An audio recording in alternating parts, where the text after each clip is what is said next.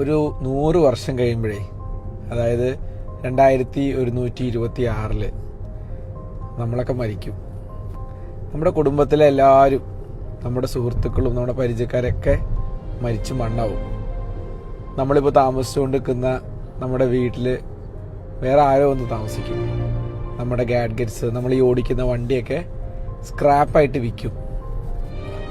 നമ്മുടെ അടുത്ത ജനറേഷൻ നമ്മളെക്കുറിച്ച് ഓർക്കുക പോലും ചിലപ്പോൾ ചെയ്യില്ല. അതായത് നമ്മുടെ ഗ്രാൻഡ് ഫാദറിനെ നമ്മളിപ്പോൾ ഓർക്കുന്നുണ്ടോ? ഓർക്കുന്നത് പോട്ടെ, അറിയോ? അപ്പോൾ ഒരു 30-40 വർഷം കഴിഞ്ഞാൽ നമ്മുടെ അടുത്ത തലമുറ നമ്മൾ എത്ര പേരെ ഓർത്തിരിക്കും? നമ്മുടെ ഈ എടുക്കുന്ന ഫോട്ടോസും ഈ വീഡിയോ അടക്കം ആര് കാണും?